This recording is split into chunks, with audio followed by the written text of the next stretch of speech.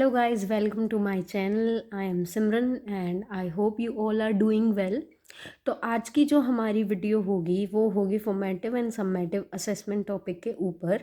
Assessment बहुत तरह के होते हैं, उसके जो दो फर्दर टाइप्स हैं फॉर्मेटिव और सम्मेटिव असेसमेंट है, जो कि हमें KVSD SSSB CTET एग्ज़ाम में बहुत बार पूछे जाते हैं। ये क्वेश्चंस इन टॉपिक से क्वेश्चंस जो हैं वो फ्रीक्वेंटली पूछे जाते हैं, और अगर आप DED DLED या BEd के भी स्टूडेंट्स हैं तो ये टॉपिक आपके लिए बहुत ज़्यादा हेल्पफुल होगा एंड आई होप आप सबको ये समझ आए। तो let's get started.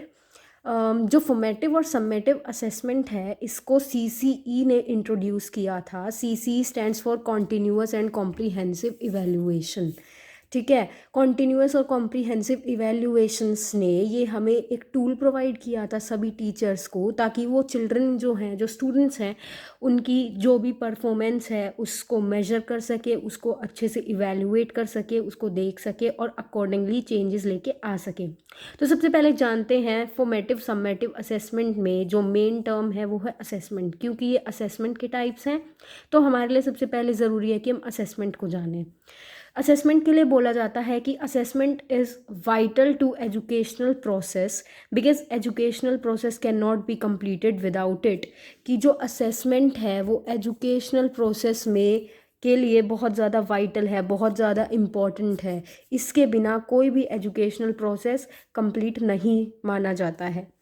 It identifies the students strength and needs. ये स्टूडेंट की जो भी स्ट्रेंथ्स होती हैं या जो नीड्स होती हैं उनको आइडेंटिफाई करता है and contributes to the design and implementation of effective strategies. अब जब हमें स्टूडेंट की स्ट्रेंथ्स और नीड्स का पता चल गया है तो अब हम क्या कर सकते हैं, हम डिज़ाइन और इम्प्लीमेंट कर सकते हैं इफ़ेक्टिव स्ट्रेटजीज़। जो भी टीचर्स हैं, जो भी कंसर्न टीचर हैं, वो अपनी स्ट्रेटजीज़ को, अपने टीचिंग मेथड्स को स्टूडेंट्स की नीड्स के हिसाब से, उनकी स्ट्रेंथ्स को देखकर और उनके रिक्वायरमेंट्स या जो भी सेक्शन जहाँ पे उनको नीड है दोबारा से पढ़ने की या टीचर को अपनी स्ट्रेटजी चेंज करने की, तो it contributes in designing and implementation of effective strategies.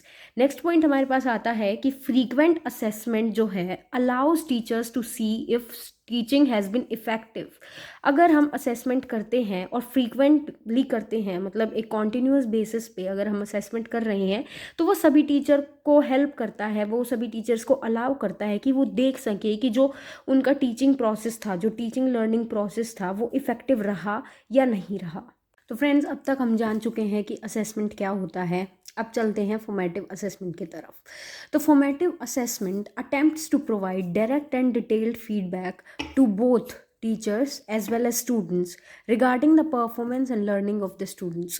कि जो फॉर्मेटिव असेसमेंट होता है उसका काम क्या होता है कि वो डिटेल्ड और डायरेक्ट फीडबैक देता है टीचर्स को। मतलब इस प्रोसेस में ज़्यादा टाइम नहीं लगता और ये डायरेक्ट और एकदम डिटेल्ड फीडबैक देता है कि जो भी स्टूडेंट्स की परफॉर्मेंस रही है या जितनी भी स्टूडेंट्स ने लर्निंग अचीव की है उसके बारे में ये हमें डिटेल्ड फीडबैक प्रोवाइड करता है, टीचर्स को भी और स्टूडेंट्स को भी। अब आते हैं फॉर्मेटिव से सम्मेटिव असेसमेंट पर। सम्मेटिव असेसमेंट का काम क्या होता है? To check the level of learning at the end of the programme. अब जो सम्मेटिव असेसमेंट है वो किसी भी लर्निंग प्रोसेस के एंड में स्टूडेंट्स की जो लेवल ऑफ लर्निंग रही है, जो उनकी अचीवमेंट रही है, जो उनकी परफॉर्मेंस रही है, उसका लेवल चेक करता है। It is generally given at the end of a course in order to determine whether long-term goal have been met or not. अब ये जो सम्मेटिव असेसमेंट होता है इसको एंड ऑफ द कोर्स में कंडक्ट किया जाता है ताकि हम ये जान सकें कि जो हमारा लॉन्ग टर्म गोल था वो पूरा हुआ है या नहीं। तो हमने जाना कि summative assessment long term goals के लिए होता है और जो हमारा फॉर्मेटिव असेसमेंट है वो शॉर्ट टर्म के बेसिस पे उसको यूज़ हम कर सकते हैं। ठीक है, अब चलते हैं इनके डिफरेंस की ओर। फॉर्मेटिव और सम्मेटिव असेसमेंट का जो गोल होता है, फॉर्मेटिव का गोल होता है टू मॉनिटर स्टूडेंट्स लर्निंग। अब ये स्टूडेंट्स की लर्निंग को सिर्फ मॉनिटर करता है, सिर्फ चेक करता है, सिर्फ ये देखता है कि स्टूडेंट्स ने कितना लर्न किया है।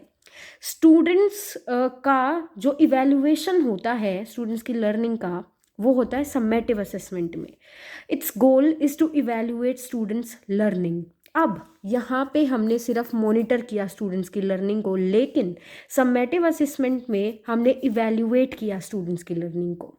So this is the basic difference between formative and summative assessment, that formative assessment is used to monitor students learning, whereas summative assessment is used to evaluate students learning. कि ये जज करता है students की learning को और ये सिर्फ रेक्टिफाई करने के लिए उसको मॉनिटर करता है.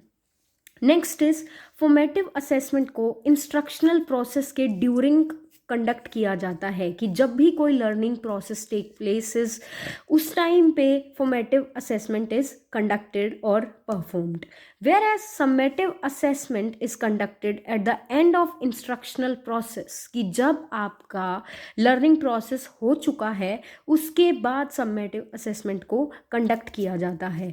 ये एट द एंड और ये during instructional process. Next point पे चलते हैं. फॉर्मेटिव असेसमेंट जो है वो इसलिए कंडक्ट किया जाता है to enhance the learning of students, की जो स्टूडेंट्स की लर्निंग है. अब हमने फॉर्मेटिव में क्या किया था, स्टूडेंट्स की लर्निंग को मॉनिटर किया था. अब जब हमने उसको मॉनिटर कर लिया है तो हम स्टूडेंट्स को एनहेंस करने में उनकी लर्निंग को हेल्प कर सकते हैं. लेकिन समेटिव असेसमेंट में हम स्टूडेंट्स की परफॉर्मेंस को जज करते हैं, हम उसको एनहेंस करने में हेल्प नहीं कर सकते, सिर्फ उसको हम जज कर सकते हैं, इवेल्युएट कर सकते हैं, जिसका मतलब है जज करना स्टूडेंट्स की परफॉर्मेंस को, और फॉर्मेटिव में उनकी लर्निंग को एनहेंस करना मॉनिटर करके. नेक्स्ट इज फॉर्मेटिव जो है वो डायग्नोस्टिक और रेमेडियल इन नेचर. अब समझते हैं डायग्नोस्टिक और रेमेडियल का मतलब. डायग्नोस्टिक का मतलब होता है कि जो प्रॉब्लम है, जो इश्यूज़ हैं, जैसे कि हमने पढ़ा था कि फॉर्मेटिव में हम स्टूडेंट्स की स्ट्रेंथ्स और उनकी नीड्स को मॉनिटर करते हैं, तो डायग्नोस्टिक में मॉनिटर करते हैं, हम ढूंढते हैं कि स्टूडेंट्स की प्रॉब्लम्स क्या हैं. और रेमेडियल मतलब कि जब हमने प्रॉब्लम्स और उनकी वीकनेसेस का पता कर लिया है कि कौन कौन से एरियाज़ हैं जिन पे हमें वर्क करना है, तो रेमेडियल मतलब जब हम उनको कोई सॉल्यूशन बताते हैं. रेमेडी मतलब होता है सॉल्यूशन, कि जब भी स्टूडेंट्स को उनकी प्रॉब्लम्स के लिए, डायग्नोस्टिक में आ जाएंगी प्रॉब्लम्स या जो भी इश्यूज़ हैं, अब उनको सॉल्व जब हम करते हैं तो वो उसकी रेमेडी ढूंढना हो गया. तो formative assessment is diagnostic and remedial in nature, और जो समेटिव असेसमेंट है वो है इवैल्यूएटिव इन नेचर. इवैल्यूएटिव मतलब वही कि जज करता है सिर्फ, ठीक है, वो कोई प्रॉब्लम या कोई सॉल्यूशन नहीं बताता है. नेक्स्ट है फॉर्मेटिव असेसमेंट जो है वो फॉर्मल लर्निंग उसमें टेक्स प्लेस, मतलब कि जब हमारा फॉर्मेटिव असेसमेंट हो रहा होता है वहाँ पे पूरा लर्निंग प्रोसेस जो है वो दोबारा उसके बाद दोहराया जाता है, रेमेडियल टीचिंग भी प्रोवाइड की जाती है. तो वहाँ पे जो फॉर्मल लर्निंग है, जो यूजुअली जो लर्निंग होती है वो takes place, whereas in summative assessment सिर्फ इंसिडेंटल लर्निंग हो सकती है. मतलब इसके बाद जब आपने समेटिव असेसमेंट कंडक्ट कर लिया है उसके बाद ये ज़रूरी नहीं है कि फॉर्मल लर्निंग उसके बाद भी टेक प्लेस करेगी, मतलब फॉर्मल लर्निंग होगी नहीं. वहाँ पे सिर्फ इंसिडेंटल लर्निंग हो सकती है कि अगर बच्चा पेपर दे रहा है तो पेपर देते टाइम अगर वो कोई चीज़ सीख रहा है तो सिर्फ इंसिडेंट बेस्ड लर्निंग जो है वो समेटिव असेसमेंट में होती है, फॉर्मल लर्निंग नहीं होती. नेक्स्ट पॉइंट पे चलते हैं. जो फॉर्मेटिव असेसमेंट का पर्पस है वो है स्टूडेंट्स लर्निंग को इम्प्रूव करना. अगर हम किसी चीज़ की, किसी स्टूडेंट की प्रॉब्लम और सॉल्यूशन उसका प्रोवाइड कर रहे हैं, उसका गोल क्या होगा कि हम उनकी लर्निंग को इम्प्रूव करें, उनकी जो कमियां थे उनको ठीक करके, उनको रेमेडीज़ प्रोवाइड करके उनकी लर्निंग को इम्प्रूव करें. और समेटिव असेसमेंट का जो पर्पस होता है वो होता है कि हम स्टूडेंट्स की लर्निंग को इवैल्यूएट कर सकें, मेजर कर सकें, जज कर सकें कि उनकी जो अचीवमेंट रही है, जो लर्निंग अचीवमेंट रही है उसको इवैल्यूएट करना, उसको इम्प्रूव करना नहीं, सिर्फ इवैल्यूएट करना. नेक्स्ट है formative assessment determines how much the student have learned and what still have to learn. अब इसका क्या काम होता है कि ये देखता है, फॉर्मेटिव असेसमेंट ये देखता है कि स्टूडेंट्स ने how much they have learned, कि उन्होंने कितना सीख लिया है और क्या अभी बाकी है कि जो हमें बच्चों को सिखाना है या जो हमें पढ़ाना है, या कौन से ऐसे तरीके हैं जिनको अब हमें चेंज करके उन्हें इम्प्रूव करना है. अब सम्मेटिव असेसमेंट का काम होता है कि वो जो ओवरऑल परफॉर्मेंस होती है स्टूडेंट्स की, कि जितना भी उन्होंने पूरे साल में पूरे लर्निंग प्रोसेस के दौरान जो भी ओवरऑल उनकी परफॉर्मेंस रही है, उसको किसी एक ग्रेड या किसी एक सर्टेन सेमेस्टर के हिसाब से जज करना। इसका काम है कि बच्चे ने कितना सीखा और कितना सीखना है। इसका काम है कि सारा ओवरऑल जज कर लेना एक क्लास के बाद, मतलब एक पूरे ईयर के बाद उनकी ओवरऑल परफॉर्मेंस को डिटरमाइन करना। नेक्स्ट आ जाता है फॉर्मेटिव असेसमेंट का, कि ये टीचर्स को अलाउ करता है कि वो अपने टीचिंग मेथड्स को एक्सेस कर सकें, उनको एसेस कर सकें, उनको चेक कर सकें कि उनका टीचिंग मेथड बच्चों के लिए यूज़फुल है या नहीं है, चाइल्ड सेंटर्ड है या नहीं है, बच्चों को अच्छे से समझ आ रहा है इफ़ेक्टिवली या नहीं, और उनको अपने नेक्स्ट लेसन के लिए वो चेंज कर सकें। यहाँ पे हमने लेसन पढ़ा है कि जो फॉर्मेटिव असेसमेंट है उसमें हम नेक्स्ट लेसन के लिए अपना टीचिंग मेथड चेंज करते हैं, जबकि जो सम्मेटिव असेसमेंट है, सम्मेटिव असेसमेंट जो है वो अलाउज टीचर टू चेंज और modify there teaching strategies for next year. यहाँ पे ईयर की बात आ जाती है कि पूरे एक सेशन के बाद हम यहाँ पे एक लेसन के बाद चेंज कर सकते हैं ताकि स्टूडेंट्स की लर्निंग इम्प्रूव हो। यहाँ पे हम पूरे एक ईयर के बाद, हमने पढ़ा था ओवरऑल परफॉर्मेंस के बाद, तो जब ओवरऑल परफॉर्मेंस हमने जज कर ली बच्चे की, उसके बाद अगली क्लास के लिए टीचर अपनी टीचिंग स्ट्रेटजीज को चेंज करता है। नेक्स्ट डिफरेंस की ओर चलते हैं। Formative assessment can be conducted on daily basis और फ्रीक्वेंटली ड्यूरिंग सेमेस्टर्स। अब जो हमारा फॉर्मेटिव असेसमेंट है उसको हम डेली बेसिस, मतलब कि इसमें ऐसी एक्टिविटीज़ हम करवाते हैं कंडक्ट, या ऐसे हम मतलब ग्रुप डिस्कशंस या क्विजेज या कुछ भी कंडक्ट करके, कोई ऐसे इसकी बहुत सारी टेक्निक्स होती हैं जिनको हम डेली बेसिस पे कंडक्ट कर सकते हैं, और किसी सेमेस्टर के बीच में ड्यूरिंग द सेमेस्टर्स हम फॉर्मेटिव असेसमेंट को कंडक्ट कर सकते हैं।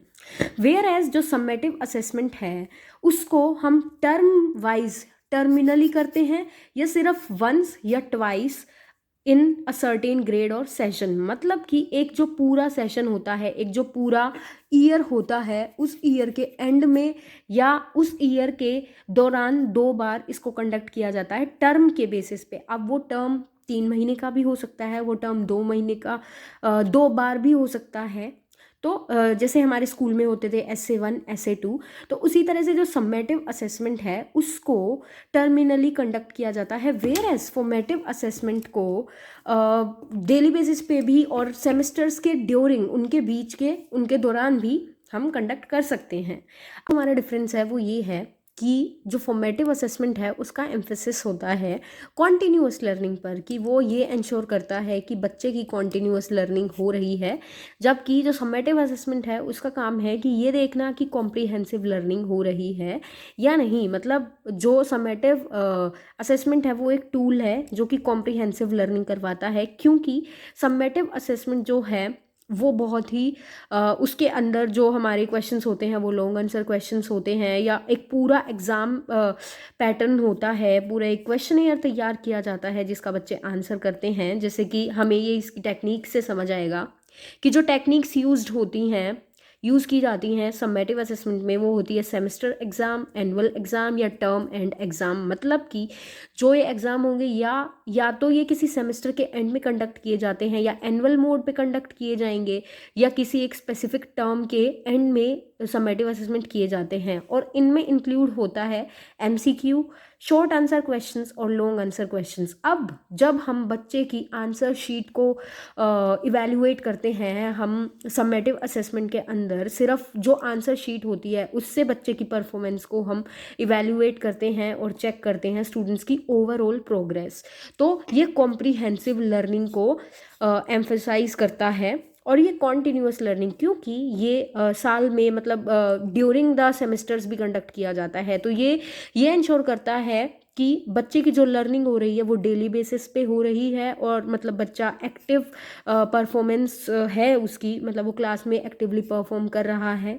ये हम इंश्योर करते हैं ग्रुप डिस्कशन से, यूनिट टेस्ट से, या बहुत सारे ऐसे मेथड्स हैं जिनसे मतलब ऑब्जर्व करके टीचर बता सकता है। ऑब्जर्वेशन मेथड को यूज़ करके क्विजेज और गेम्स कंडक्ट करवाए जा सकते हैं, इंटरव्यूज़ किए जाते हैं, ड्रामा और भी जैसे पजल्स हो गई, या कोई भी ऐसी ग्रुप एक्टिविटीज़ हो गई जिनमें बच्चा इन्वॉल्व हो क्लास के दौरान, और जिससे हम बच्चे की जो लर्निंग है उसको मॉनिटर कर सकें, उसको देख सकें। और उसके बाद जब फाइनल एग्ज़ाम्स होते हैं, जो सम्मेटिव असेसमेंट किया जाता है, जिसको हम फाइनल एग्ज़ाम्स भी बोलते हैं या सेमेस्टर एग्ज़ाम हमने बोला, एनुअल एग्ज़ाम बोला, टर्म एंड एग्ज़ाम होते हैं कि मतलब टर्म के बाद जो होते हैं वो होता है हमारा सम्मेटिव असेसमेंट।